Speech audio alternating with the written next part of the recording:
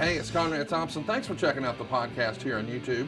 Be sure to hit the subscribe button and the notifications bell. You'll get a notice anytime we upload some new content. And when I'm not asking Bruce, hey, how big was Batista's? Well, you know. One of the things I like to do is help people save money. And if you're watching this video right now and you're in a 30-year loan, man, you're overpaying your single biggest bill, and you may not even realize it. I want you to do a little experiment for me. Take your calculator out, multiply your monthly house payment by 360 payments. That's how many payments there are in a 30-year loan. That big scary number, that's your total of payments. You're looking at that number? You know you can do better. Keep more of your own money right now and go to savewithconrad.com. Or maybe you've got credit card debt. Man, it's not a matter of if I can save you money with that. Your average interest rate on a credit card is more than 20%. And by the way, all the interest you pay on those credit cards, it's not tax deductible. Whereas the mortgage interest, well, that is tax deductible. So if you owe this debt, it's up to you how to pay it back. Doesn't it make sense to get the cheapest rate possible and the greatest tax deduction possible? Find out how much money you can save right now for free at savewithconrad.com. You don't need perfect credit. Even scores in the 500s can be approved, and it's no cost out of pocket. But maybe best of all, we're licensed in more than 40 states. We can help more families than ever before. But how much can we save you? Find out right now for free with a quick quote from savewithconrad.com.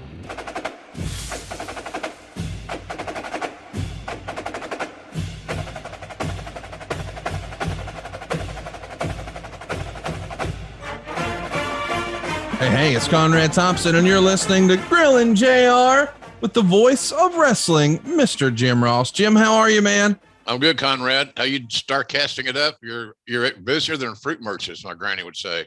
You're out there, baby. So things are looking good, I hear.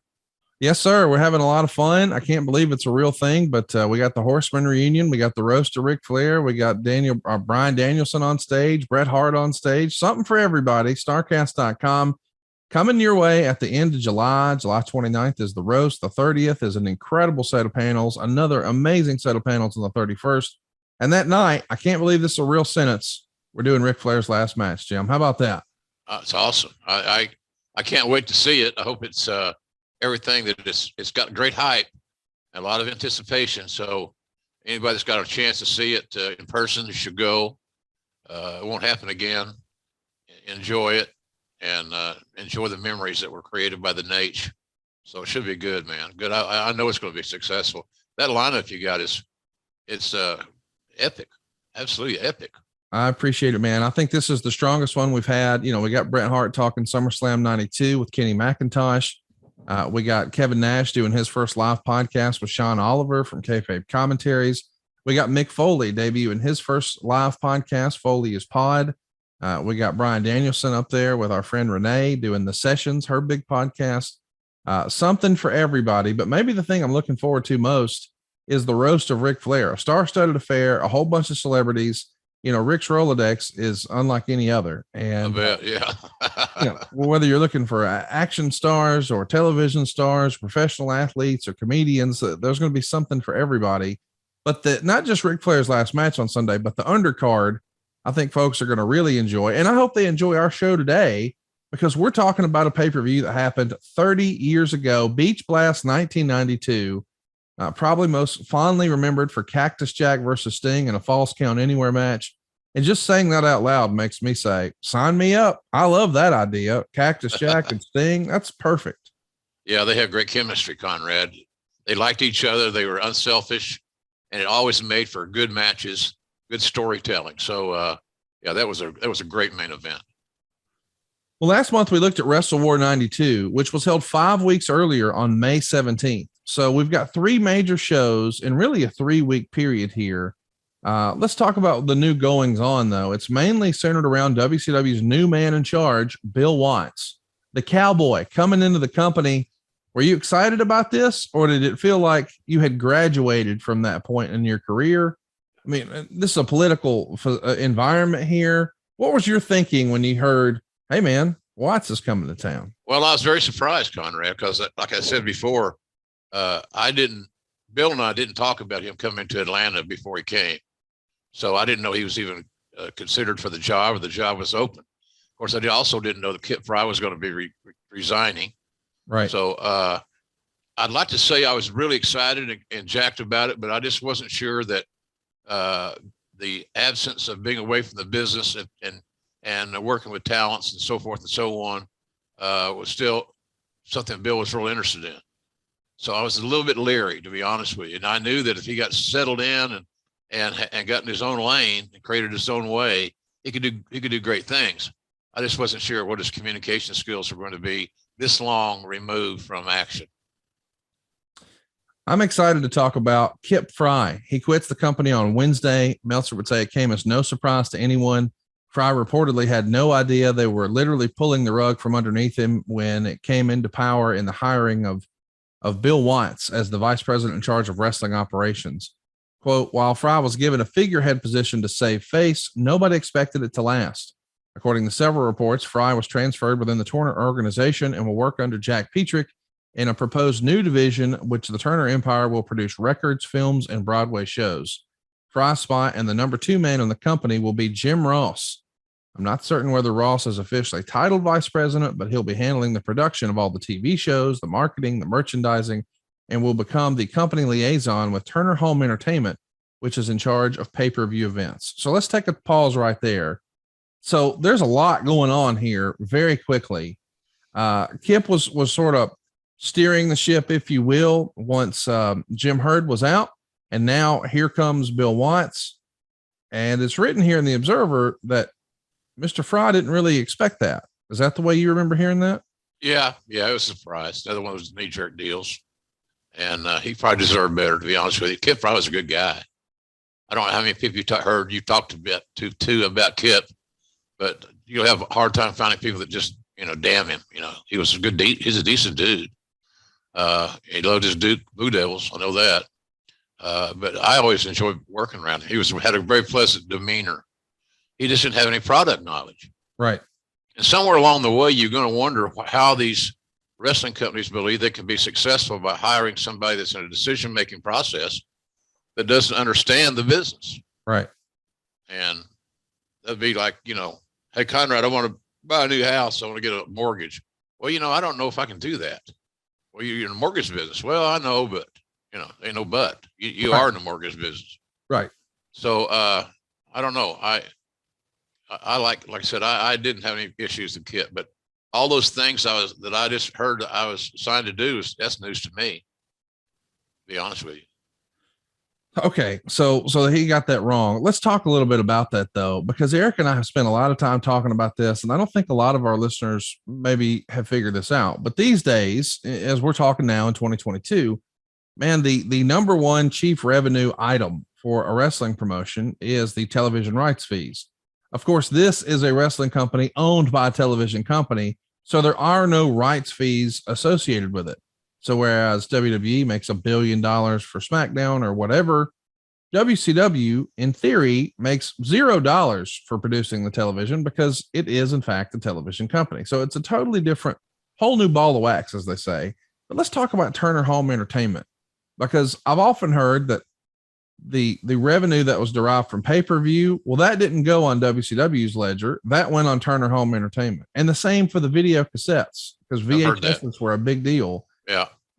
You talk about being at a disadvantage. All these years it was said, we know WCW never turned a profit until 1995. Well, goodness gracious, if they're not getting paid for their TV, and when they sell a pay-per-view or a video cassette, they don't get credit for that either. Well, it's no wonder we couldn't turn a profit, right? Yeah. Well, it's just a great look at how disrespected the brand was. Yes. Nobody wanted to be associated with the old tar baby thing, wrestling. That's not going to be good for my resume. Just I was working in wrestling. So that's kind of, but that was the general feeling all along. Wrestling was kind of looked like the old proverbial redheaded stepchild. And I got nothing against redheaded stepchildren. It's amazing to me that, WCW existed as long as it did in this regard. It was a hard place to work, Conrad, because of reasons just like you're outlining. Meltzer would say on Ross's radio show Sunday night, most of the callers and questions revolved around the hiring of Watts, with probably few, if any, listeners realizing the promotion Ross himself had just received.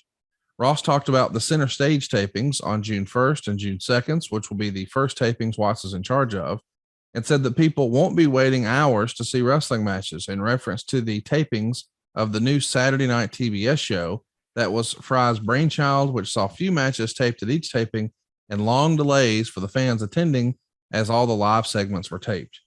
So I think we both agree that while Kit may have been a great guy, that idea of making you essentially a talk show host and less wrestling, more talking, that was maybe not the best idea. I agree. Yeah, I was uncomfortable with it. I didn't like being out there in that environment because I didn't think the fans were going to like it, no matter what guests we had. Right. And so it wasn't a good concept. It was built to fail, and it did. Well, I'll tell you what's not going to fail, and that's athletic greens. Jim, you and I have been using a scoop of AG1 every single morning. I'm feeling better than ever, and I have to admit, the reason I started taking it is because my wife was an athletic greens user long before they were a sponsor of our show. She started using athletic greens because she wanted better gut health. She wanted more energy. She wanted to optimize her immune system, and she hated the old routine of taking a handful of pills of vitamins throughout the day. Now she's got a great supplement that actually tastes great. And I'm excited to tell you that with one delicious scoop of AG1, you're absorbing 75 high quality vitamins, minerals, whole food source superfoods, probiotics, and adaptogens. It's going to help you start your day right. It's going to better support your gut health, your nervous system, your immune system, your energy, your focus, your aging, all your things. And we just love it because it's super friendly for whatever you're doing, meaning whether you're eating keto or paleo or vegan or dairy free or gluten free. Buddy, this works either way. It also contains less than 1 gram of sugar. There's no GMOs. There's no nasty chemicals. There's no artificial anything, but it still tastes good. Now, Jim, I like it because I think it helps me sleep better. I know it gives me more mental clarity and alertness. And I like to think of it as an investment, right? And all-in-one nutritional insurance. If I'm not getting sick, I'm not missing work. I feel better. I'm more productive. This is a win-win for me. And not just me, but over 7,000 other folks have given this product a 5-star review. Over 7,000 5-star reviews. So right now it's time to reclaim your health and arm your immune system with convenient daily nutrition. It's just 1 scoop in a cup of water every day. That's it. No need for a million different pills and supplements to look out for your health. And to make it easy, Athletic Greens is going to give you a free 1-year supply of supporting vitamin D and 5 free travel packs with your first purchase. All you got to do is visit athleticgreens.com/JR. Again, that's athleticgreens.com/JR to take ownership over your health and pick up the ultimate daily nutritional insurance. And Jim, this is important, not just as you get older, but just to keep the quality of life that you want, right? Absolutely. Yeah. We want to maintain, and the older we get, the more challenges we have. And Athletic Greens is here to help us combat all those things. And it's so simple. It's idiot proof, quite frankly, and it works. So check it out, folks. More and more of my friends are jumping on, and I haven't heard not one complaint like, man, I wish I'd have done that, or that hasn't worked for me. Not one person. So give it a shot, folks. You'll be glad that you did. Seriously. All right, let's hit it. Let's talk about what's next here on the program. We got to talk about the Saturday show. Meltzer would say the Saturday show will almost surely have another major overhaul, which will become evident on TV in 3 more weeks. Ross likened Watts to Vince Lombardi, the late and legendary pro football coach, and that his philosophy isn't that winning is everything, but that winning is the only thing. He said a lot of the current wrestlers may be going through culture shock because of the heavy discipline that's going to be imposed, and he doesn't know how many of the current crew will survive. Ross surmised there could be as great as a 30 to 40% turnover when things are said and done. Now, are you saying this just because it's great entertaining radio, or did you really believe, hey man, that may be it? They may not be back after this. Well, I didn't think a lot of guys from that culture, that age group, were going to go easily into the night with Cowboys philosophy. So I figured that there'd be plenty of guys that would opt to go somewhere else where it might be a little bit easier in their view. So I didn't know what the number was, but whether it was entertaining radio or not, I appreciate the compliment, but the drift of it was just being honest with the audience that we're going to probably be having a big changeover here. At least that's what it looks like thus far. So Steve Austin picks up the WCW TV title from Barry Windham on May 23rd in Chattanooga at the Worldwide Tapings. And the 25-match card would see Paulie Dangerously distract the ref after Windham hit a DDT and slid Windham's belt to Austin, who hit Windham with it and gained the fall. So this is really one of the first times we see Steve on a national stage win a major title. And I guess how major the WCW TV title is debatable, but still it's on TV, you know, and as far as the pecking order goes, there's the world champ, there's the US champ, and then there's the TV champ. Right. And you're beating a guy like Barry Windham, who in 1992 could still go and wrestle his ass off. This has to be a vote of confidence for Steve and a cool feather in the cap for a young man on his journey. Yeah, Watts saw great talent in Steve and potential. He was the kind of guy that Watts could build around, and just like we did in the Attitude Era. You know, Austin was a winner, and he was going to do good. So he was just had not been tapped. So Cowboy likes Stone Cold, and for all the right reasons. It's amazing too when you just think about this sentence: the 25 match card. Now I realize it's a TV taping, and I realize we're trying to tape several in a row. But I can't imagine the burnout that the crowd must feel and the unenviable task that a booker, if you will, would have. How do I keep these fans energized and entertained and lively for the television camera? 25 matches deep. That's a tall ask. Oh yeah. It's too much. Yeah. It's too much. And why we thought it would work. Just, I don't know. It's illogical. It was illogical. It's still illogical. You just can't do that. So, and now we all see the importance of a live television audience. You know, AEW Dynamite is fun to watch because the crowd is so into things. They're attuned. They're participating. And we didn't have that back in those days. I could only imagine the momentum we could have probably built if we had the same kind of live events crowd then as we do now on Wednesday nights.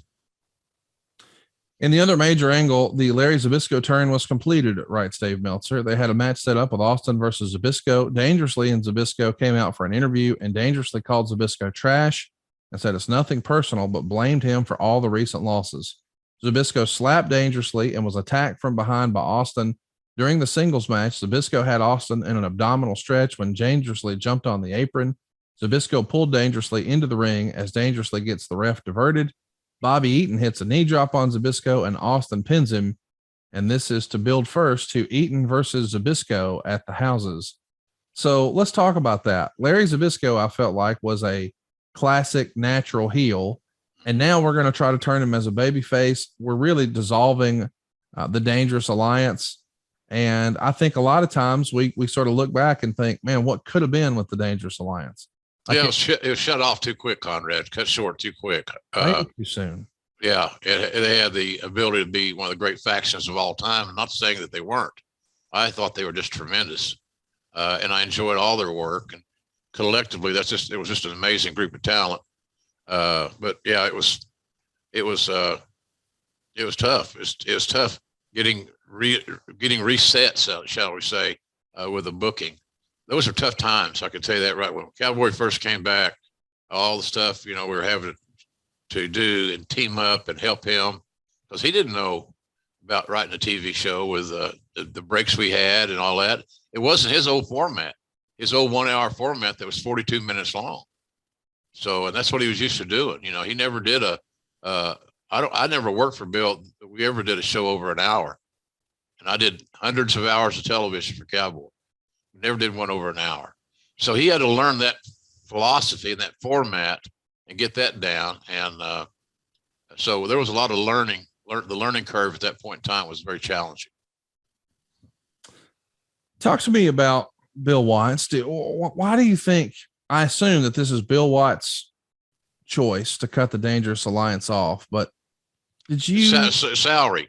It was all about the payroll. It was all about the payroll. That's what it was. It wasn't. He did not dislike the Dangerous Alliance and their personnel.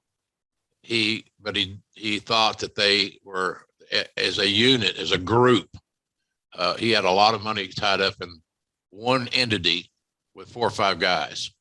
What we needed was 4 or 5 guys to develop their own thing and not be a part of one entity and spread it out a little bit. We had no depth. So here we are putting all these top guys in one group. So now they're isolated in that area, in that little compartment. So it was it was out of salary and lack of depth that all those things kind of came about. Meltzer would write this. Watts said his first priorities are to build back the television ratings because you can't get viewers back to the arenas unless they first watch the television. Concentrate in particular on rebuilding attendance at the Omni and put together a product in which the credibility and believability holds up as a total contrast to the WWF. On paper, this sounds awesome, but I am curious from your perspective. 1992, it seems like, is a down year. The WWF isn't where it once was. Certainly WCW is not yet profitable. Did you consider the wrestling business by 1992 to be cyclical, or did you only start to hear that later? Well, I always felt that the wrestling business is cyclical, no matter what era. It depends on who's hot, what angles get over, the storylines that you're developing, catch on fire and create that lasting interest. So, you know, I think that, I don't know, Conrad, it was just a tough time. It was probably one of the more challenging times in my entire career when Cowboy came in, because so many changes were made and people looked at me because I was, you know, Watts' boy and all that shit. And so a lot of his runoff, shall we say, run over, whatever, I got part of the blame for because I was Watts' guy, which I wasn't making any of those decisions. But instead of confronting him and conversing with Bill, you know, I'd get a little of that side note stuff, and I just challenge guys. You got the balls to talk to me this way, which is fine. I don't care, but you're not going to get your problem solved. Do you really want your problem solved, or do you want to just bitch about it? Right. Did you think, you know, I mean, Eric Bischoff on his podcast all the time says, hey, in life or in business, you've got to be less than, better than, or different than. And I don't think anybody in WCW thought they could be better than. Maybe you can correct me on that. Certainly they didn't want to be viewed as less than. Nobody wants to be number two on purpose. So the right positioning is to be an alternative and different than. And I think Watts is probably onto something here. Maybe if we do less cartoon shit like they were doing over in the WWF, we can offer something different than. Did you believe that would work, or did that feel too old school for you? I thought we had to do alternative programming. I thought we had to counter program, and that in this instance, counter programming would mean more wrestling, more logical presentation. At least that's how I saw it. But you had to have an alternative. You had to have a different point of view. You had to have a different presentation, a different feel, and so I was for that. Quite frankly, it just was going to take some time to get there, and we never did really get there. The other thing I wanted to ask about is Bill trying to focus on the Omni. The Omni is of course based in Atlanta, where WCW and Turner are. So it is essentially their big home arena. Yes, they're center stage, but that's a small venue. The Omni is where we can sell a lot of folks, hopefully, on coming to see the matches. And for years and years, people have talked about how Vince McMahon and his father and just the whole McMahon family viewed the Garden as the home of WWE. It was their special building. And once upon a time, Watts had the Superdome for his big shows, and the Crockett's had Greensboro for their big shows. Do you think that this is an old school mentality to try to build on the home arena, or it just makes sense to build at home and then hopefully take it on the road and build out there as well? Well, building at home also helped the local feel, getting a big crowds back into the Omni, and with some Turner employees there to see that the wrestling product was fun and it was successful and it was doing better was, pretty much a key directive. But it was almost as if the territory, quote unquote, goes as does the Omni. No different than the Garden, no different than the Kiel Auditorium in St. Louis. All these territories had their city, that if that city was profitable and drawing, that usually meant that the territory was in pretty good shape and going in the right direction. So that was kind of the situation there to me was, they just want to take care of the home base, want to have some success for the locals, and some of the decision makers in Turner could see that things were not a lost cause, that there was hope. So I think that was kind of the main thing there. But as the Omni went, so normally did the wrestling on TBS. Let's talk about the other quote here that I think is going to get some people talking. WCW wrestlers this past week all received a letter officially listing the new rules, most of which had been previously speculated upon here or talked about in a previous announcement to the wrestlers when Bill Watts appeared at a house show a few weeks back in Savannah, Georgia. Anyway, effective June 1st, the rules, now dubbed the 10 Commandments by the wrestlers, go as follows. Number 1, use of the ring barricades and the ring post is forbidden and will also be a cause for an automatic disqualification. Let's break these down as we go through them here. What do you think of that? Can't use the barricade, can't use the ring post. If you do, it's a DQ. What say you? No problem. If the referee doesn't catch you, then it's a good piece of business. I got you. And that's what these rules are designed to be. Not that you can't do it. Storytelling device. You can't get caught doing it. Yes. Number 2, wrestling outside the ring is discouraged. Number 3, absolutely no low blows. First offense is $1,000 fine. Second offense is a $2,500 fine. And the third offense is a $5,000 fine and will be considered a breach of contract. If a wrestler is hit low, he is to make every effort to not sell the move as a low blow. What do you make of this? Confusing. Yeah. A little confusing. Same deal. If you're caught hitting below the belt, you get disqualified. Don't overthink it. And I think it's one of those times we overthought that a little bit, but everything was, all the rules stuff was simply, you can't do this. And if you get caught doing it, you're going to get disqualified. You're going to lose the match. You get the loser share of the purse, blah, blah, blah. But it was a little bit of a culture shock for some of the boys because Cowboy was taking away some of their shortcuts. And he didn't say not do it. He just said, don't do it in front of the referee. And that was kind of where it was. And a lot of the guys didn't want to work hard enough to conceal their cheating. It's old school stuff. So I didn't think it was that difficult to achieve, but apparently for some guys it was problematic. All wrestlers, this is number 4. All wrestlers are due in the building 1 hour before the scheduled starting time of the show, with fines being implemented for being late of $1,000 for the first offense, $2,500 for the second offense, and $5,000 in a breach of contract for the third offense. Punctuality. We've heard this be an issue with Mr. Watts for a long time. Yeah. He used to not only say that, being on time wasn't good enough. If you weren't so many minutes early, you were late. You weren't on time. Is that right? Now say that again. I didn't quite understand that. I've heard the idea that he would lock the door a few minutes before. Oh, well, like if he said, "Hey, you got to be here at 1," if you weren't there by 12:45, you were just asked out. You were late. I've never really heard that. I mean, I've heard stories along those lines, but I don't recall Cowboy locking any doors or whatever. For meetings, you should. I think everybody was pretty much on time for a meeting. His big deal was just get to the live events or the TVs early enough to get your work done. And there was checks and balances put in. Here's the deal, Conrad. If you're not late, you got no issues. That's exactly right. Yeah. Come to work on time. You're cool. Number 5, missing an event, except in the case of the most severe injuries, is considered a breach of contract. The only excusable exception to this rule is an act of God. Number 6, wrestlers who are injured and can't perform are still expected to make the town in order to show the fans that WCW will no longer falsely advertise talent. The only exception would be a crippling injury, which wouldn't allow traveling. Number 7, talking over the PA during the show is to be discouraged. Lewd hand gestures are prohibited, as is cursing loud enough for the audience to hear. Here's one. Number 8, fraternization between heels and baby faces in public is not acceptable. This includes traveling together to and from the arena, to public appearances, restaurants, and even to the gym.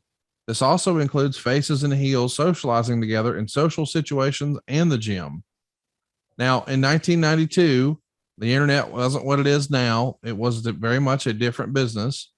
Let's not forget that even though some people are going to make fun of this, 4 years later, when the Clique hugged each other in MSG and Vince held them accountable. So this is 1992. This is 4 years prior. Just saying.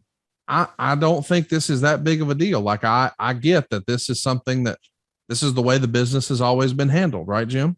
Yeah. It's nothing new. Right. it shouldn't be a surprise for everybody that this is going to be enforced. And it just maintained that aura of cloak of, I don't want to say secretness, but a cloak of mystery or whatever. But it's always been that way. It was all, and people say, well, that don't mean it's right. Well, it kind of means it's right in this situation. I mean, I don't need to have the two combatants see them having coffee. That just doesn't work for me, and it shouldn't work for anybody. And I know probably kayfabe is probably one of the most lax old traditions still in pro wrestling. So at least that's my take on it. I might be wrong, but fraternization is just not acceptable, especially at the hotel or things of that nature. You know, Cowboy made sure, pardon me, we spent so much time in Shreveport and Bossier City that the talents had to go to the heel stayed in one hotel, Lavoisier, and the babyface stayed in another hotel. So some of the boys are staying in Bossier City, the heels, and the babyface are staying in Shreveport. They're just next door to each other, so it's no big deal.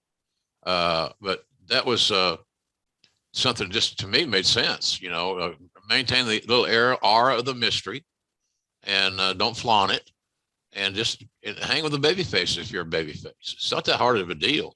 It's not like, you know, you're getting separation anxiety because you're not hanging with your buddy or he's got the best weed, and now you got to go to his room, and his room's in another hotel. Just didn't work out that way. Here's one. Number 9, no guests are allowed in the dressing room, including family members, media, etc. Do you remember that being an issue in WCW at this point? Before? A little bit. Family members were becoming more prevalent in number, and just bringing people to the workplace, and all of a sudden you got Uncle Joe's suggesting a finish. So let's not do that. So yeah, it was really just going back to some basic things. Yeah. That when I first got in the wrestling business in the 70s were just matter of fact, day-to-day operational situations. And then number 10, each wrestler is allowed only 2 complimentary tickets to each show for friends and family. Any number of tickets above that must be purchased at face value by the wrestler.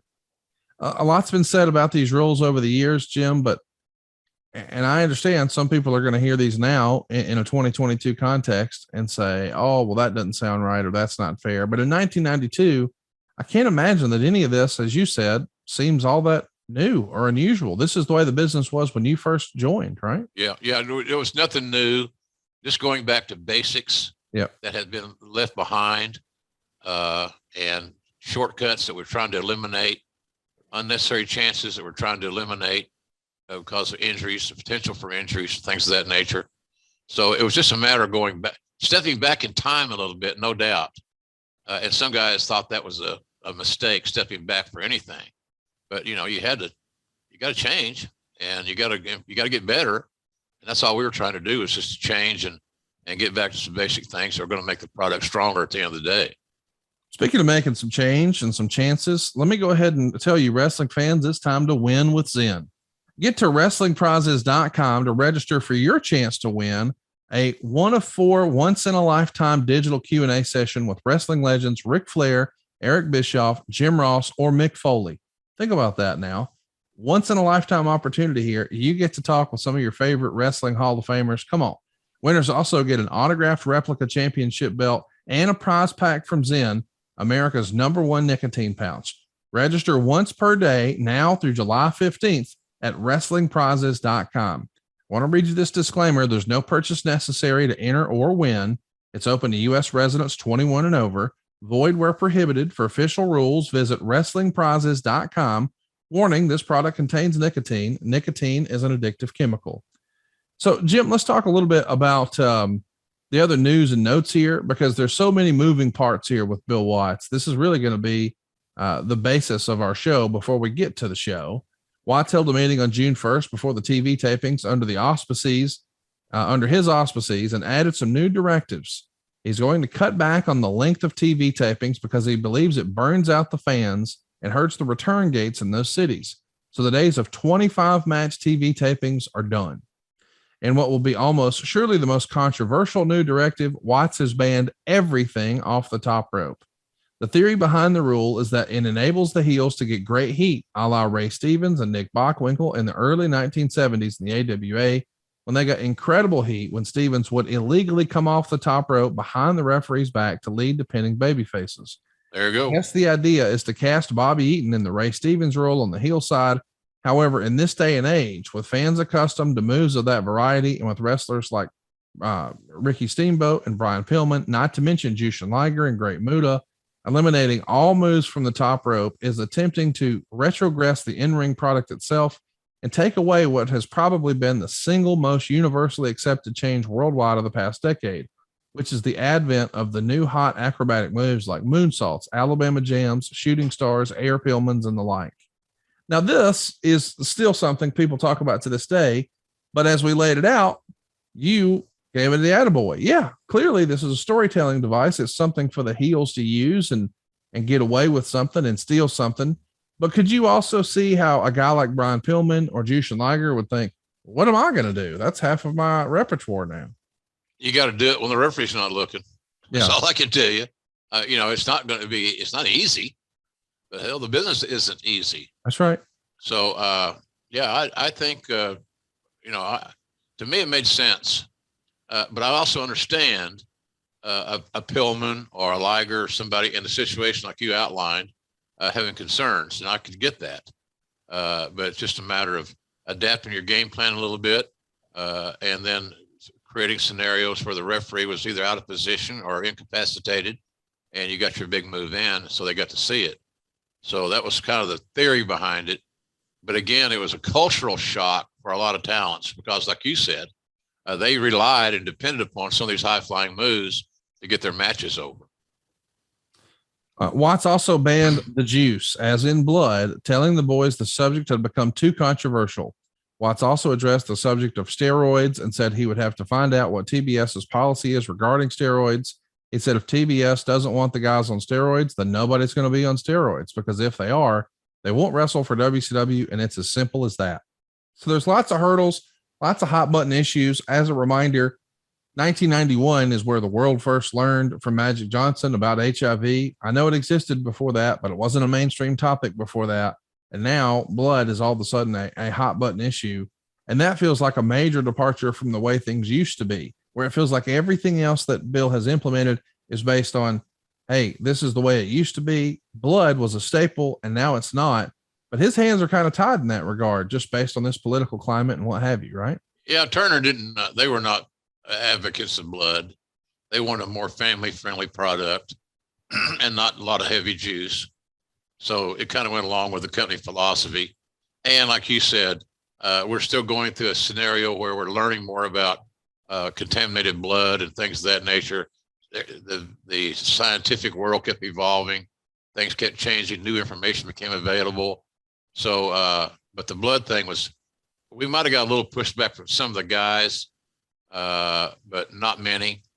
And it just made sense, I think, to legislate the blood situation so that, you were talking about getting a lot of juice and being around people at ringside.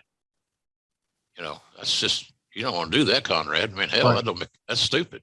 Right. So that's kind of how I saw that situation. And I think going forward, it seemed to me like, I might be wrong about this, there might have been a situation where we got some juice, but it was so unique at that point in time, it actually meant something. I can't remember. I thought there was a situation here or there where Cowboy relaxed that for one match to finish telling a story. I might be wrong on that deal, but the juice was a forgotten memory by and large. And you just had to be more creative and come up with something else that did not include blood to help get your heat. Do you think Bill knew what he was getting himself into? No. Okay.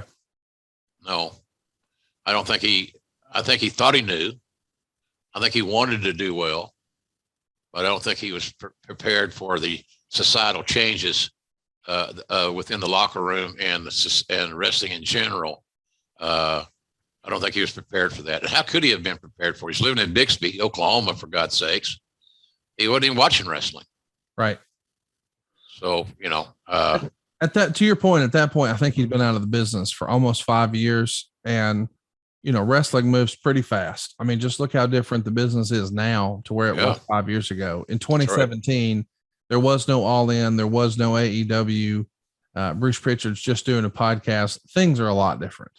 Yeah. Do you think at this point, and again, hindsight being what it is, do you think the business had maybe passed Bill by? It had evolved and he was at a disadvantage, or was it just the political climate that meant he couldn't really succeed? I think it kind of passed him by. And when he saw how hard it was to push a great big rock up a hill, he lost a little bit of his enthusiasm. It just got to be another day, another problem, another issue. And, that's when it all came to a head. He just got in it. When he worked for McMahon, he just got in his rental car and drove home. I didn't know where the car was. And he's driving home from Connecticut to Oklahoma. That's just cowboy. He's a little impulsive in that regard.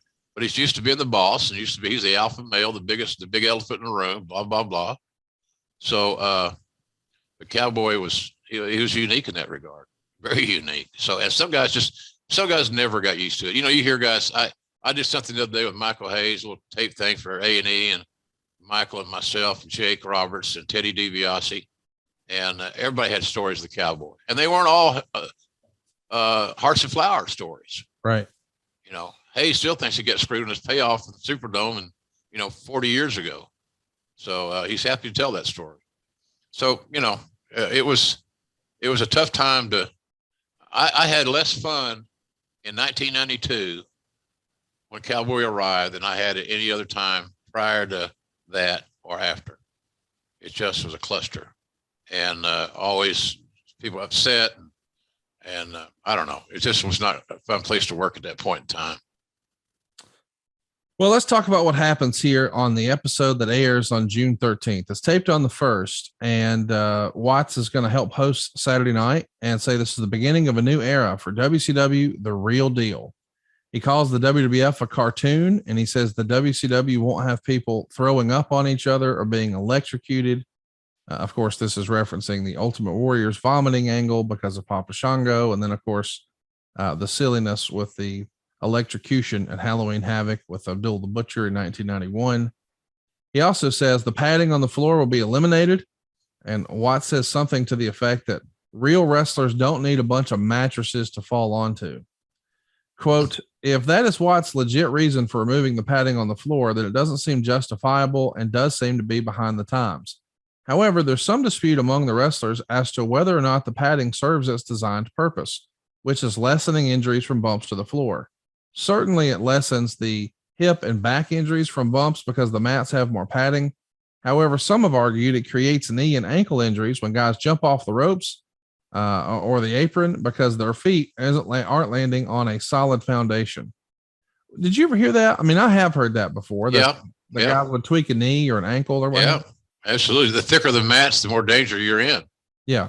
The thin mats didn't offer as much protection, but they did also have the health issues, shall we say, of knees and ankles and other joints. So yeah, it was, I've heard guys talk about that, so it comes down to a deal where you're damned if you do and damned if you don't. That's right. And then all of a sudden it's that way every day, something every day, damned if you do, damned if you don't. And that gets old.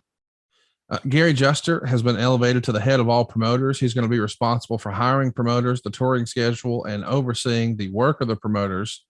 I guess it's pretty important to have somebody be the point person for this. And why was it good for it to be Gary Juster? We don't talk about Gary a lot. Experience. Yeah. He lived in Atlanta. He'd been around a long time. He had the confidence of the company. Gary always did a good job, good guy. So this was logical that, he's a lawyer, he's a smart guy, lifelong fan, grew up in Vern's territory over the years. So to me, it was a no-brainer. He was the perfect guy for that job. You went on John Arezzi's radio show in New York and said the Saturday TBS show would contain more spontaneous action, episodic television, and more emphasis on interviews. So it's a big adjustment, but we've never really spent any time talking about John Arezzi's old radio show. He was ahead of the time in that era. It wasn't a WCW radio show or a WWF radio show. It was an independent one. What'd you think of Arezzi's radio show? Well, I don't think I ever listened to it very often. It was just, it wasn't as accessible to the digital means we have today. Right. Yeah. And I'm not as technically sound as I should be, as you well know. I have a hard time turning this damn computer on. So, I don't know. I don't know, Conrad, what the overall consensus was. John had a show on for quite some time. Showed his entrepreneurial spirit. He got sponsors and all those good things. But to be honest with you, because the accessibility of it and how you had to listen to it, I didn't hear that show a lot. But I never had any issues with John. We just had a straight interview and went on. And I don't know if I said anything controversial on it or not, but if I did, I don't recall. Along with the change with Bill Watts, you yourself have a lot going on. Quote, Jim Ross was hired on Friday as the new color commentator for the Atlanta Falcons for the upcoming season. Ross, who will retain all present administrative and announcing duties with WCW, will do both the pregame and postgame shows, postgame being called a call-in show, now with being the third man in the booth during the games. The Falcons radio network flagship is WSB, and Ross's wrestling talk show is the highest rated talk show on the station, which probably is part of the reason he got the job. It's usually very hard for someone so well known as a wrestling announcer, no matter how good they may be at announcing, to get a break with legit sports because of how wrestling and everyone involved in wrestling is often perceived. So this really is a feather in Ross's cap to pull this one off. And Jim, just knowing you the way I do, boy, you love you some wrestling, and perhaps the only thing you love as much or more is football. And the idea that you got to be the voice or one of the voices for an NFL franchise, man, this has to be a banner day for Mr. Jim Ross. Yeah, it was pretty cool, Conrad. I felt very blessed and appreciated the opportunity. That was the first year that Atlanta moved into the Georgia Dome. So they wanted to clean house. The great Larry Munson was retiring. He was a play-by-play guy. They hired Bill Rosinski, who's a dear friend of mine to this very day, and Jeff Van Note, number 57, the old center for the Falcons. So the three of us did the games, traveled on the team plane, went to all the games, home and away, and somehow or another we made it work. So, but I had a blast, had a great time, and met real good people. It was a dream come true for me. It had a lot of work because now I'm working every day during football season, because you got to prep, you got to go to the camp, you got to do interviews, you got to travel. So it was a fun time. That was my escape. The football games for the Falcons, even though we weren't very good, we had some stars. We had Dion, prime time, and he liked me because he was a wrestling fan. And the reason he liked me is because he knew I was friends with Ron Simmons, and Ron Simmons was like a god at Florida State, where Dion played college ball. Simmons was the man. Make no mistake about that. But who was the man? Dion. Well, Dion got more accolades. But as far as in the locker room, the bull of the woods, as old Dusty would say, that was Ron Simmons. So I remember asking Dion one time, I said, hey, Dion, can you talk to Primetime about me doing an interview with him on Thursday for the pregame show this weekend? He said, I will. I'll do that. I'll talk to Prime tonight. I'll let you know tomorrow. He's talking about himself, the third person or whatever you call it. But the next day I got my interview. He just was, I had fun. I had a blast. Guys were fun. That's where I started having a good relationship with Goldberg. I ended up moving in and I was hosting the Jerry Glanville show from time to time, which is always a little adventure. But I had a lot of fun, Conrad. That was, like I said, that was my outlet. That kept my sanity a little bit, to go to a big game and broadcast the game and being the third guy in the booth, be respectful of the time the other announcers had established and that their role was going to require. So I loved it. I wish I could have done more. But, the next season, I was scheduled to do it again, but I got hired back to WWE and I moved to Connecticut. Hard to do football, Atlanta Falcon football in Connecticut. No doubt. So the new era for WCW started as a television Saturday with the introduction of Bill Watts as the VP. And Meltzer would say, I had a mixed reaction to the first episode. On a positive side, as a longtime fan, it had some nice nostalgia to hear Watts commentate on the matches as he did in the old Mid-South promotion. Watts has always been one of the best announcers, if not the best, at dramatically getting angles across in a believable manner. He was even able to make some unbelievable ideas look and come across as realistic. On the downside, there was just a feeling about how much wrestling has changed since that time. Watts and Ole Anderson doing those early in the show interviews only made it too obvious how cutting a believable promo has almost become a lost art form. Let's take a time out right there. You and I have never spent time talking about how talented Mr. Watts was as a commentator. You're the GOAT. Everybody knows that. What did you think of Bill as a commentator? It was great. Great storyteller. What do you think I got half my stuff? Timing, feel, positioning, making sure you took care of the talents in the ring, no matter who's winning or who's losing. Everybody got their hugs. Because if you don't beat anybody, then the match is useless. So even the guys that they're doing the honors should be gifted, and so that they are a viable loser in this respect. Badly put. So, but Bill's always a great storyteller. And when I started when he deemed that I was ready to be the lead play-by-play guy back in Mid-South in the UWF, he was, he had prepared me so strongly that it just became embedded in what I did. And I still use those principles today in a large sense. A lot of Bill stuff was feel, Conrad. Feel. Do you feel this match? Do you know why this match is taking place? Do you know what the consequences are for the winner or the loser? All these things are basic fundamental things that you got to check those boxes. And because Bill was the booker and writing TV, and I was joined at the hip, I got to sit in on all those meetings and understand all that psychology. And it was invaluable, quite frankly. I don't know that anybody has that opportunity nowadays, because the world of pro wrestling announcers is a little strange. There's just not a lot of jobs.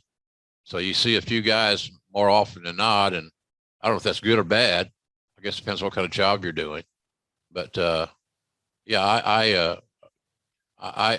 enjoyed I enjoyed Cowboy's work immensely. I mean, he was my mentor. He was the guy that I got my shit from, and my feel and my passion. And there you went. So he loved my passion. And I think that's what got me stick around a little bit longer, and then finally get over the hump where I was a resource, not just an announcer. Well, let me give you guys a resource right now. And of course, I'm talking about, and this is a big deal, NAD plus supplementation. I have to admit, I didn't know a ton about NAD plus supplementation, but now I do, thanks to Basis by Elysium Health. It's the most trusted source for NAD plus supplementation. Their product Basis is clinically proven to increase levels of NAD plus by 40% safely and sustainably. And as you get older, boy, this is critically important.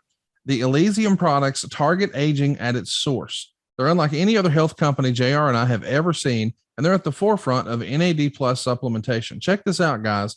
They have dozens of the world's best scientists. 8 of them are Nobel Prize winners.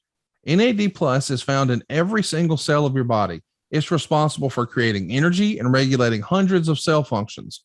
But these NAD plus levels, well, guys, they decline as you age. And other things like lack of sleep, intense exercise, unbalanced diet, and sun overexposure, they all deplete your NAD plus levels. And NAD plus levels being decreased are linked to faster biological aging, and they can slow down your vital body functions. Basis replenishes those youthful levels of NAD plus to help promote healthy aging. They want to support that cellular energy and metabolism. They also help you reduce your general tiredness to keep you feeling good for longer. And a lot of folks even say they report higher energy, less fatigue, and more satisfying workouts when they use Basis. Basis is third-party tested by independent labs during and after manufacture for purity and quality. It's independently verified as NSF certified for sport. Just to recap, you're going to go ahead and replenish youthful levels of NAD plus of up to 40% safely and sustainably with Basis. It's going to activate those longevity genes to help promote healthy aging. It's going to support your energy and your metabolism at the cellular level. And it's also going to help you recover from workouts, reduce that general tiredness. It's going to help your general health and wellness, healthier skin, fatigue, all the things. Go to trybasis.com/JR and enter promo code JR at checkout to save 10% off Basis, prepaid plans, as well as all the other fantastic Elysium Health supplements. That's tribasis.com/JR and use the code JR at checkout to save 10%. And we thank Elysium Health for sponsoring this episode. But taking care of yourself as you get older is pretty doggone important, isn't it, Jim? Oh, absolutely. Anything you can do, ladies and gentlemen, to extend your quality of life. And see, I can say that and be an honest representative of this matter because I'm 70. and these help me immensely. Hey, folks, it's time to take your podcast game to the next level.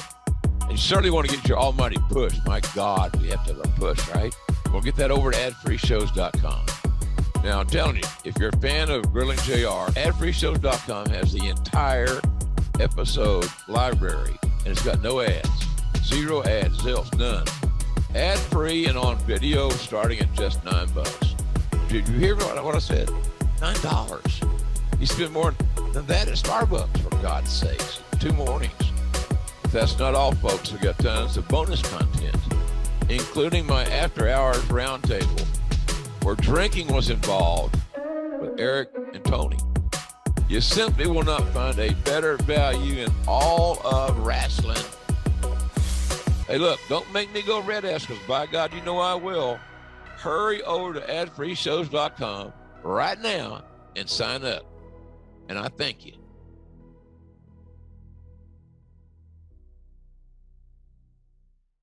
So the other thing that Meltzer wrote, and he's kind of critical in this regard, is he says that during the show, when Watts is doing some commentary, he's talking about the traditions of pro wrestling in Atlanta, and he's really hyping up Atlanta. But Meltzer correctly points out TBS is no longer an Atlanta station; it's a national station, and the wrestling business has moved on, and just technology and cable has moved on.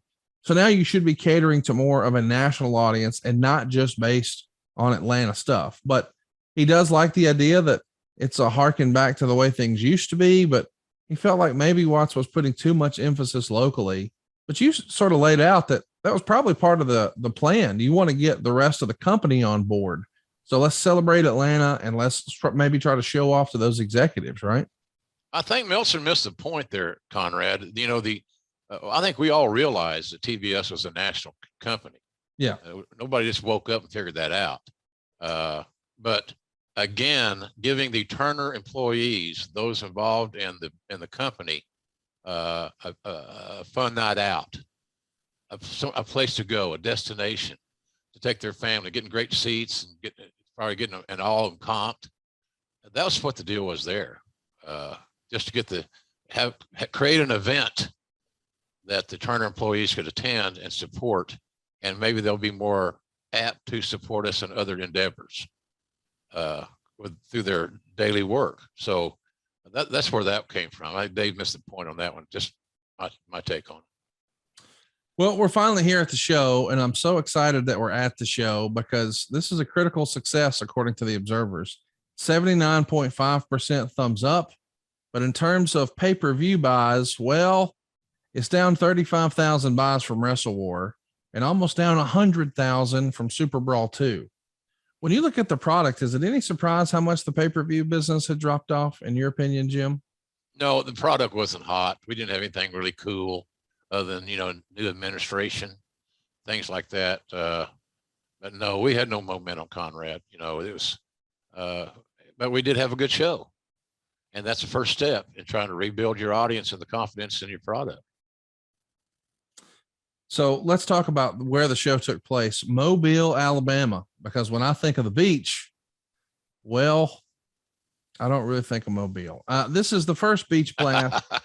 It's a time to experiment, I guess. Normally WCW pay-per-views and big shows have a bunch of space apart. Here we're doing this pay-per-view 4 days after Clash of the Champions 19, which was based around the beginning of the NWA World Tag Team Tournament. It's also wedged in just 30 days after Wrestle War and 30 days before the Great American Bash. So for a struggling product, this is a lot of big shows in a short time period. Are we doing shows just for the sake of doing them, or was there some sort of master plan here that I'm missing? Trying to create some paydays, create some cash flow. That's where that was. And I don't know any other reason it could be, quite frankly. So it was mysterious. Again, it's hard to generate and jumpstart a company when it has no momentum. It's just going to take you some time. And for us to get that done, it's going to be a year or so of having good shows like we had in Mobile. Funny story about Mobile. I can't remember exactly how it happened, but in Atlanta, I flew from Atlanta to Mobile, and I went to the Crown Room and pulled a Gordon Soley. I had a little too much to drink, and I got on the wrong plane, and I went to Pensacola instead of Mobile. Their gates are side by side, and so midway through the flight, I don't know how I even got on because the ticket said, right city. But I got, and I had to get a rental car and drive over to Pensacola or Mobile, wherever the one was. I was still confused. So that was a good deal. You take a nap, you wake up, and you're in the wrong city on a pay-per-view weekend. So not one of my better days, quite frankly. But in any event, I thought we had a good show. It was a fun show. Had a little bit of something for everybody on it. From the Observer here, the rest of the show ranged from solid average matches to solid good matches with little less memorable. The live crowd was approximately 4,000 or about half a building with a paid attendance of 3,200 and a gate around 28,000. All of these are estimates, of course. And he says, while it's too early to get anything but a rough estimate based on reports we had heard before the event and sketchy reports since the event, the show apparently did worse on pay-per-view than the Wrestle War show did on May 17th. Considering this show was bolstered by nice plugs in both the USA Today and on Entertainment Tonight in the days preceding the event, it again shows that this one is an uphill battle. Jesse Ventura was the person who could maybe help get some of those plugs in USA Today, and certainly he was the guy on Entertainment Tonight. Do you think he brought any value in promoting the shows? I mean, it doesn't look like it translated to buys, but Jesse Ventura is a name folks want to talk to, right? Yeah, I think so. Yeah, I think it helped us. It was a new voice, fresh voice, and a familiar fresh voice. That makes any sense. Yeah. So, yeah, I think Jesse helped us, and without any help from me, because I wasn't been a good team player at that point in time. I regret that as well. Jealous of his money and as compared to mine. Same old shit, cash and creative. And I wasn't happy about that, which wasn't too flattering for me. I regret those days. But yeah, I think Jesse helped us in that respect. And he's a very engaging. When Jesse wanted to play, he wanted to go, he was really good. And I shake my head in bewilderment of why I didn't see that. And we could have been a really, really good team if we'd stayed together longer. So you're on commentary with Jesse here, and Jim, you're in a Hawaiian shirt. Is that better or worse than a toga? Well, it's easier to pack and easier to wear. So I'm going to go with the Hawaiian shirt. I saw a thing the other day on online on Twitter. It showed 4 pictures of Bobby Heenan at these beach, like WCW beach type shows. Same shirt over and over and over. Did you see that? Yep. 4 years, same Hawaiian shirt for 4 events over about a 4-year period. That's the Louise, man.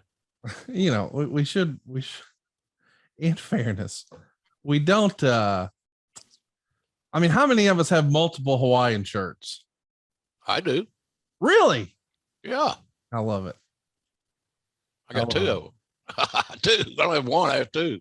That's fantastic. I'll tell you this. I'd be challenged to tell you the last time I wore one of them. There you go. That's the point. Let's get into the show. Our first match is Scotty Flamingo. He's going to win the WCW light heavyweight title from Brian Pillman in 17 minutes and 29 seconds. Now, Scotty Flamingo, not a name that a lot of wrestling fans will remember. Let's call him by another name, Raven. But boy, we're a long way from the Raven character here. Meltzer would say the match started slow and on the mat. Pillman took a big bump on his face off the top rope to give Flamingo a heat spot. And Flamingo even did a lucha libre plancha, dive over the top rope. This is 1992. Pillman sold well, but the match wasn't as fast paced as you'd think. There was no differentiation between a light heavyweight style that would make a heavyweight style in this match, even though it was a good match that opened the show on a strong note. The finish was good, with Pillman playing possum and Flamingo showboating by climbing the ropes. Pillman hit a backward superplex and then clotheslined Flamingo over the top rope. Pillman did a swan dive over the top rope. Flamingo moved, and Pillman crashed face first on the ramp in the move that would have been the most memorable on the entire show had Cactus Jack not put on an insane performance later. Flamingo gets the win with a weak-looking knee drop off the middle rope, 2 3/4 stars. I don't think a lot of people knew that Raven could wrestle like this. These big dives over the top rope and all that, not very Raven-like, but a young Scotty Flamingo showing he's got what it takes to win this WCW light heavyweight title from Pillman. What did you think of this one? He stepped up and maximized his minutes. Simple as that. Yes, he did. I think a lot of people are like you, Conrad, didn't realize he had it in him. And he did. Scotty, one thing about him, he still is very intelligent. He knows what he needs to do to get over, get over, whatever. But I thought he was a little underrated all along, and a really good talker, and a good. I thought he had some potential as a booker type guy, or an idea guy, maybe more specifically and better said. So next up, we got Ron Simmons pinning Taylor Made Man in 7 minutes and 9 seconds. Meltzer would say Taylor looked to take some good fast bumps and pretty much carried this to a decent match. Simmons missed the tackle and flew onto the ramp, giving Taylor a short advantage. Simmons made a comeback and won with a Doug Furnace-like fast power slam, 2 stars. So Ron Simmons and Terry Taylor, 2 very capable performers. We know eventually, not too long from now, Ron Simmons is going to become world champion. It feels like Terry Taylor is still trying to find his identity. This tailor-made man persona felt like a dollar store, $1 million man gimmick to me. He probably deserved better. He looked good. He had great matches, but he just never really got a big break with either company. Is that based on his real life personality, some behind the scenes bias, or what? I got to believe that there's some behind the scenes bias that largely Terry created. Okay. You know, he could be his own worst enemy. And sometimes he didn't know when to be silent and when to talk. Got it. So he alienated himself, unfortunately. Was it necessary? Was it fair? Pardon me. Probably not, but that's how it was. And it was that way for him for a long time. Next up, we've got Greg Valentine and Marcus Bagwell. I can't believe Greg Valentine's even on this card. I totally forgot he was even here in this era. I still associated him with being with the WWF here, but he's going to make Bagwell tap out to the figure 4 leg lock in 7 minutes and 15 seconds. Meltzer would say Bagwell is still tentative in the ring, but was trying hard. Valentine was slow, but his moves were solid. Bagwell missed a knee drop at 3 minutes and 40 seconds, and Valentine worked the leg for a few minutes. Bagwell got a short comeback, but the knee went out while he was doing a leapfrog, and Valentine put him away with the figure 4. The match was fine since everything made sense, and a babyface actually submitted since they obviously need to get submission holds over if they're going to change to a serious wrestling style. So a lot to unpack. This match was voted as the worst match in the show by the Observer readers, but it's really not a bad match, which I guess shows that, you know, there's a hidden gem of professional wrestling here. Greg Valentine knows how to work. He's a little old school in that he's not going to be super fast paced. He's going to take his time and tell a story. This all is logical. I like the idea that we're saying we're going to make submission moves matter. And Bagwell, we know, is going to be, you know, the white meat baby face, whatever that we've been looking to develop here in WCW. I think he wins Rookie of the Year more than once, which always made me laugh. Yeah. But he's a guy who you could see, all right, he's got a future. He's going to be somebody, but not tonight, kid. We're going to get over Greg Valentine's finish. What did you think of this one? No problem. You know, it was, what do we need worse, heels or baby faces? Getting a Valentine, I had a problem with it. No, I had no problem with it. You know, Bagwell was just getting started. That a win or a loss in that match is not going to make or break what he was doing. Right. So I had no issue with it. Before we get there, we're going to talk about Sting and Cactus Jack next. I want to remind everybody that I am feeling better than ever, and I give 100% of that credit to chili sleep. Jim, I slept 8.5 hours last night. How about that? 8.5 hours. That's awesome. Good for you, man. You need that. We do need it. And I got to tell you, before I had chili sleep, I was sleeping like 5 or 6 hours a night. Now I'm routinely sleeping 7, 8, 9. I even got 10 hours once. And I can't tell you how awesome it is to wake up and not feel tired. I've lived in the South my whole life. I've always had a ceiling fan. I've always cranked down the AC. Right. What I realized is I don't need my laundry room to be cool. I need my bed to be cool.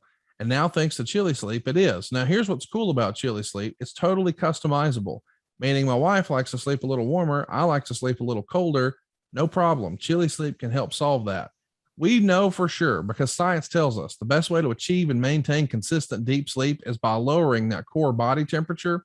All right. What I like about it is that temperature controlled sleep repairs your muscles after a hard day's work. But most importantly for me, it improves your cognitive function. You can start your day feeling sharp and alert. Jim will tell you, we often record our shows at 6, 7, 8 o'clock in the morning, and then we're going to entertain you for a few hours. And guess what? I may do another one right after. I couldn't do that without Chili Sleep. Chili Sleep makes the Ooler and the Cube Sleep System. They're hydro-powered, temperature-controlled mattress toppers. Let me explain. It fits over your existing mattress. It's a luxury mattress pad to keep your bed the perfect temperature for deep sleep, whether you sleep hot or cold. And this has been a game changer for my life. I can't recommend it enough for you. I've got my parents on it. I've got Casio on it. I've got Silva on it. I've got our gimmick attorney on it, our hotel guy, everybody I know. I'm telling about Chili Sleep. I really do believe in it. I'm traveling this weekend. When Jim and I finish, I'm loading up the car and I'm heading to North Carolina for a few days. Guess what I'm taking with me? Chili Sleep. Are you really? I take it everywhere I go, dude. That's awesome. I've got one for the house that never leaves. I bought a second unit and I take it with me when I travel. I was in Tampa last week, had a Chili Sleep. I'm in North Carolina this week, got a Chili Sleep. I can't sleep without it. I can't recommend it enough. Head over right now. See what all the fuss is about. As Jim always says, it costs nothing to look, folks. Not a dime. Chilisleep.com/JR is where you can learn more. And by the way, save 30% off the purchase of any new Cube or Ooler sleep system. Now, this is available exclusively for Grilling JR listeners. It's only for a limited time. They won't keep this offer up forever. So go to Chili, that's CHILI, sleep.com/JR to take advantage of our exclusive discount and wake up feeling refreshed every day. Every day. And now it's time to talk about the match. And boy, what a match it is. If you're going to watch one thing from this show, this is it. Go out of your way. It's Sting and Cactus Jack in an explosive match. That's what Meltzer called it. But really, it's a false count anywhere on the Gulf Coast match, which always made me laugh. 11 minutes, 26 seconds. And Meltzer would say they never quite made it to the beach, but it was the match of the card. They started brawling on the ramp. Cactus took a backdrop on the ramp and a face buster on the ramp. Sting crouched himself on the top rope. When Cactus ducked a body block, Jack did an elbow off the apron with no padding on the floor, of course. Ouch. And then a neck breaker on the floor, a sunset flip off the apron to the floor, and Cactus Jack took a backdrop over the guardrail and a suplex on the floor. This is one of the gutsiest and most insane performances I've ever seen. Jack starts selling the knee. Jack gives Sting 3 chair shots to the back until Sting comes back with a back suplex on the concrete, with Jack landing on his head.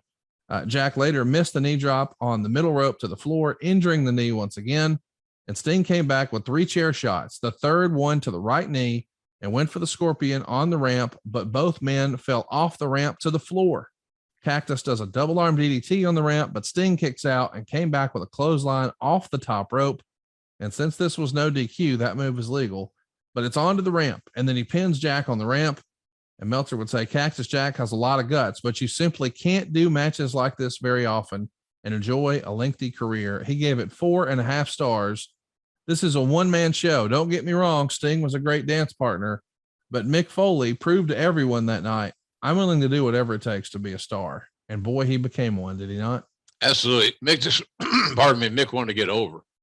And the way that in his mind, how Mick Foley got over was using the concrete floor and other, inanimate objects that hurt. And he did it a lot. So you just kept saying, well, this has got to be it. This has got to be it. And it just kept going and coming and going. It's just, it was amazing. But it was a testament in courage and maybe ignorance. I'm not sure. I would not recommend Mick ever do a match like that again afterwards. And of course he did on a regular basis. He's a star, man. He was a star. He was, and Cowboy loved him because his willingness to go the extra mile. And you didn't have to worry about Mick being an hour late to work. things like that. You know, he was just going to be great. And, but yeah, he's a star. And just the question was always going to be same thing Meltzer brought up, very obvious. How long can he do this? Right. Under these auspices? And the common sense answer would be not long. Next up, we've got Ricky Steamboat and Rick Rude. They're going to do an Iron Man challenge that goes 30 minutes. Steamboat wins 4 falls to 3. Meltzer would say the outcome pretty well guaranteed when they announced it was a non-title match, which should have never been made clear on television promotion for this match. And the story of the match was pretty good. Both of these guys are top-notch workers. But I personally, I've taken a little flack for this, Jim, I don't like Iron Man matches. I feel like if it's an Iron Man match, I can treat it like NBA playoffs. Let me tune in for the last 5 minutes and I'll pretty well get the story. And that's not to say I don't enjoy wrestling and all that, but I think one of the things I like about wrestling is a lot of times it's positioned like UFC. You know, I'm on the edge of my seat during a UFC because any punch, any submission, any takedown, it could end at any time. Right. And that was one of the fun things that they brought back several years ago when Goldberg came back to WWE and beat Brock Lesnar with a spear and a jackhammer just right away. Nobody saw that coming.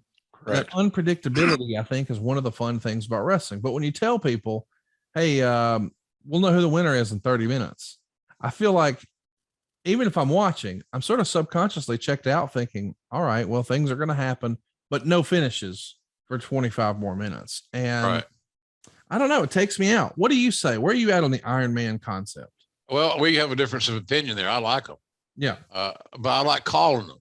From my role as a broadcaster, I enjoyed because I had a beginning, a middle, and an end to this 30-minute story. And for me, to structure my commentary and to put the pieces in place of this puzzle to tell the story, I had no issues with it. So I have a little different philosophy than you do. I remember having an Iron Man match. I think we had one in England or someplace involving Shawn Michaels and John Cena. Yeah, it was a great one. See, matches like that, I remember it right off the top of my head, even though it's been so long ago. Yeah. And it was one isolated match. So I kind of like them, Conrad, but I can see your reasoning and I can't blow a hole in your philosophy. It's a viable way of looking at it. I don't happen to agree with that philosophy.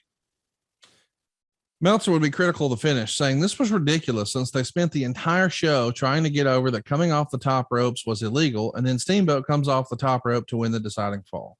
With 30 seconds left, Rude hits clotheslines and near falls one after the other until the bell sounds, and Steamboat is declared the winner. 3.5 stars. These two guys just click. You know, I mean, I think we've all established that Ricky Steamboat is one of the best in-ring performers of all time.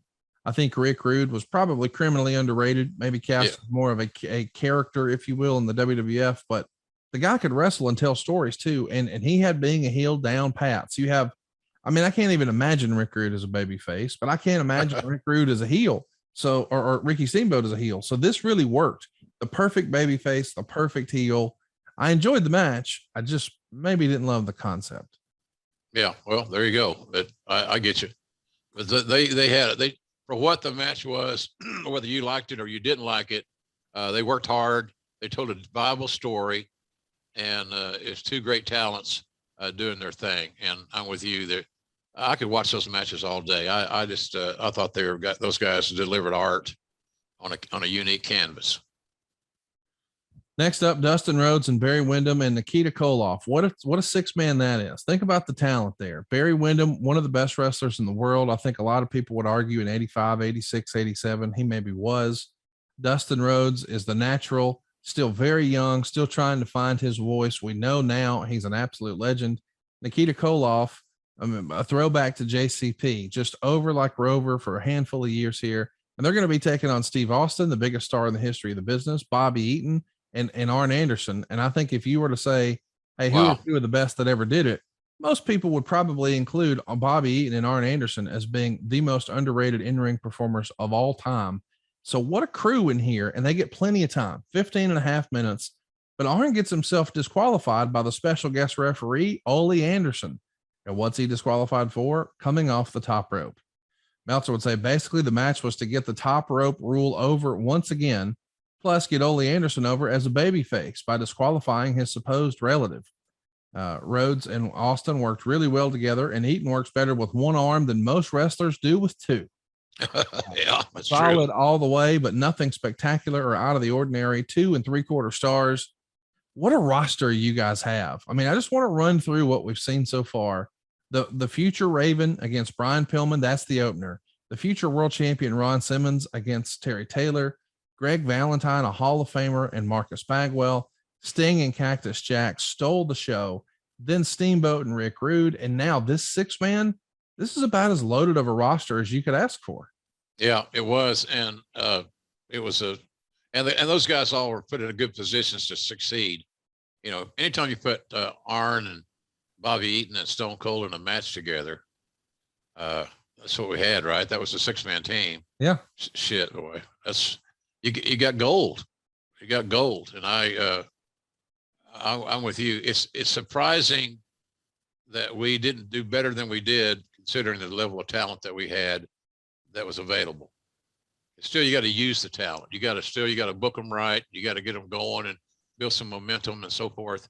But we had a very quietly gifted and talented roster.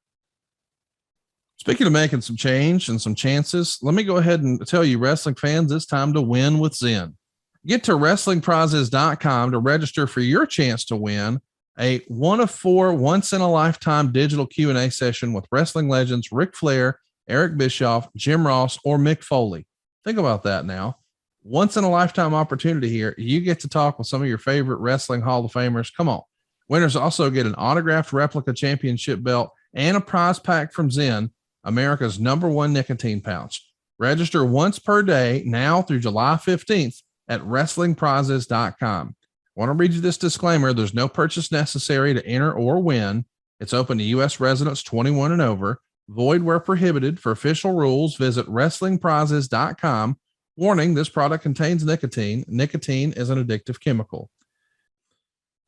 Next up, and boy, do I love this. We get a promo with Cactus Jack attacking Ricky Steamboat during an interview with Eric Bischoff. The series of matches that could have been, man, that could have been something special. Talk about styles clash, Steamboat and Cactus Jack. But I want to mention that throughout the show, we're doing a bikini contest that 11-year-old Conrad was very interested in.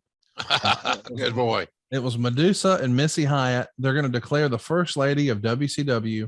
It's going to be spread into 3 different rounds. And Meltzer would say those type things are either hits or misses. And even though both women are in great shape, as in great shape, it was a miss because Johnny B. Bad couldn't carry his role. And in the final round, Jesse Ventura's help fell flat. I'm not against doing skits or comedy between serious matches because you need a change of pace in between hard-hitting matches. But this didn't come off well and really came off as a desperation tactic from start to finish. First, they came out in evening gowns. Then Medusa came out in a 1-piece and Missy in a 2-piece. And finally, Medusa in a 2-piece and Missy in a 2-piece, which was supposedly the head wrap from Jesse Ventura's head. Missy was the babyface here, so they raised her hand when it was over and then said the results would be announced on TV the next day. It seems like something that wouldn't sit well with people who paid $19.95 to see the show. No shit. And they said the fans would decide on the 900 number. And it was a pretty sleazy late con in the show announcing that Medusa was ahead 51 to 49% since Missy was the face, as a way to encourage more brainless people to call in for Missy, thinking one vote would make a difference. So I understand as a kid, I was keeping up with none of that. I was just like, hey, look at this. But now as an adult, I can say, you were thinking, look at those. Listen to you. That's what it was. You weren't looking at their goddamn ankles. Well, man, she's got the sexiest ankles I've ever seen. I didn't even know that I knew ankles were a thing in 1992. Yeah, probably not. Chat me up. What do you think of this bit that we're going to do a bikini contest on pay-per-view, and then we're going to encourage you to call and vote on the hotline? Horse shit. Yeah. Total horse shit, man. What do you think I think about it? It's horrible. God. And we didn't need 3 versions of it. No. Look, they came there for this quote unquote contest to see these women in bikinis. Yes. Or in something comparable to a bikini. Yes. Simple as that. Not evening gown and all that evening gown, those rednecks down there in Mobile, all 4,000 of them. They didn't come there to see no goddamn evening gowns. No. So, anyway, too much. It could have been done in one segment, bing, bing, in, out, see you later, but it wasn't. And the bait and switch thing at the end was absolute travesty. So let's run through the main event here. We got Rick and Scott Steiner retaining the WCW tag team titles, going to a draw with Terry Gordy and Steve Williams. They go 28 minutes and 22 seconds. It was announced as a 30-minute draw. And Meltzer would say it was both a good match and a bad match. For people who've watched Japanese tapes and or are fans of amateur wrestling and actually understand the moves they're doing, it was pretty watchable. It was evident from seeing the fans live give no reaction to anything except weak pops for the Steiners comebacks that the fans have been taught that those moves work and see different moves like crabs, arm bars, spinning toe holds, etc., used as winning holds before fans see them as anything more than boring mat work. Fans also have no idea what to make of Gordy and Williams. They're obviously not faces, but have never been pushed as heels, except for that ridiculous Japanese costuming that fans didn't seem to react to. The wrestling itself was solid all the way through, although Gordy and Williams sell a lot better than the Steiners. The stuff with the mat was hard hitting as a foundation for the feud and to establish Gordy and Williams as a team on par with the Steiners. This was probably a good idea to do the Broadway, but it left the show ending on a flat note, 3.25 stars. And Jim, I've wanted to watch this again in years past. And I think maybe 3 years ago, I watched it again because I kind of forgot. I remembered the Sting match. I remembered the Rude match. I certainly never forgot the bikini thing. But I thought, man, Terry Gordy and Steve Williams and the Steiners, I got to go watch this. And even watching it a few years ago, I was disappointed that it went on last and it was a draw. I don't know. I mean, at that point it was on the network and I wasn't paying $20, but a draw in the main event, I don't know. What say you? Didn't bother me. It's part of the game. Yeah. It can happen. It's viable. It's realistic. It's believable. You could have a draw. That's why we had a time limit. And I like that match. Of course, I'm a mark for those two teams. And, I worked very diligently to get that match booked, and I worked very diligently to get Doc and Gordy here or there at that point in time. So it didn't bother me, Connie. It's just back to old school wrestling. The last match had a time limit, and they used all of it. And it kept the story alive, and we lived to fight another day. So I enjoyed it, didn't have a problem with it whatsoever. I can see your situation philosophically. We got to send them home happy. Not necessarily. That's just my take. This has been a fun show to review. Meltzer would say the only thing on here that is must see is Sting and Cactus Jack. I totally agree. I think it's a fun show. I agree. It was a thumbs up from me. But that one, I think you should go out of your way to see. What say you, Jim? Thumbs up, thumbs down, thumbs in the middle? A thumbs up. I liked it. And there are too many moments on there that to not make it not a thumbs up.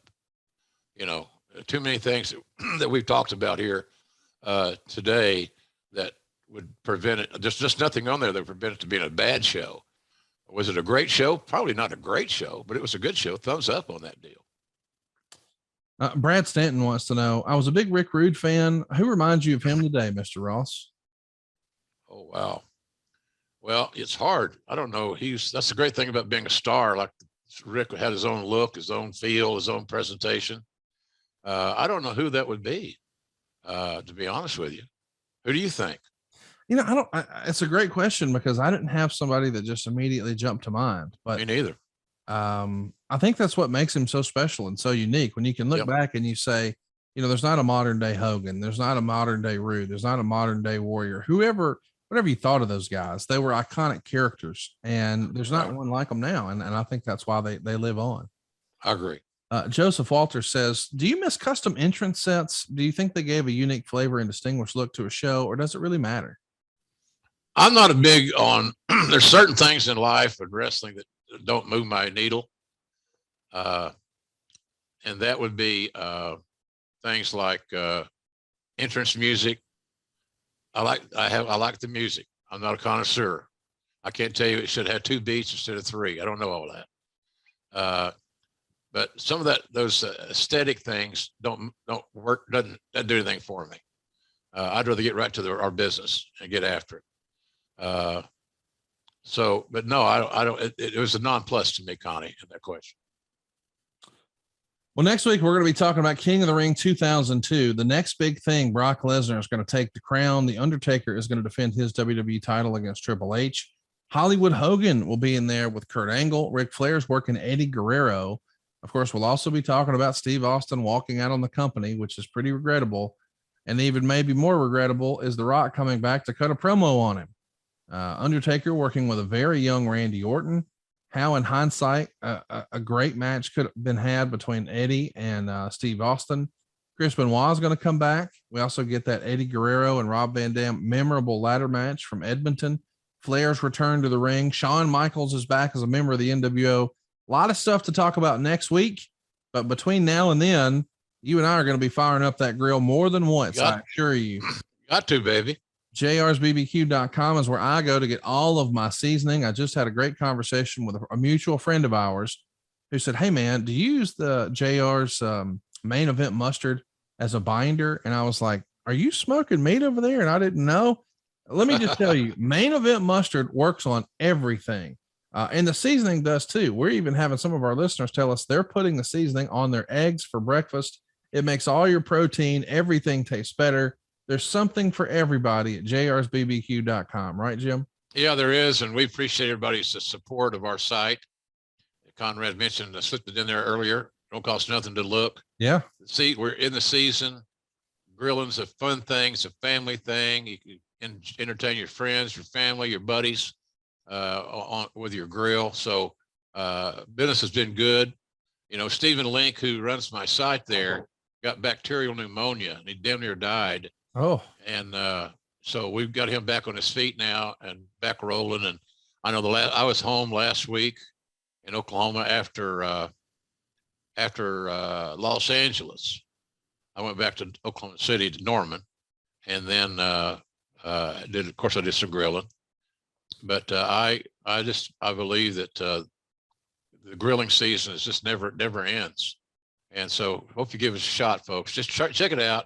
Go to the site, look at all the things you've got, get yourself a mule mug, and then put some Tito's in there and make yourself a mule. I plan on doing that a little bit later today, as a matter of fact. Just got to have it. Part of the weekend. It is part of the weekend. Let me just mention too, over at JRsBBQ.com, it's more than just barbecue sauce. And yes, they have hot and original. It's more than just jerky. It's more than just seasoning. It's more than any of that. I want to mention there's some other really cool Jim Ross collectibles that we don't really talk about a lot here on the show. If you really like to cook at home, let's recommend the cutting board. Let's recommend the grilling kit. It's branded with Jim Ross's logos and stuff, the famous hat, the autograph, the signature. If there's a wrestling fan in your life who likes to grill and likes all this sort of thing, they're going to love these opportunities. But maybe you're like Jim and I, and you enjoy a cocktail every now and again. Stay tuned. They're sold out, but one day they'll be back. Those copper mule mugs.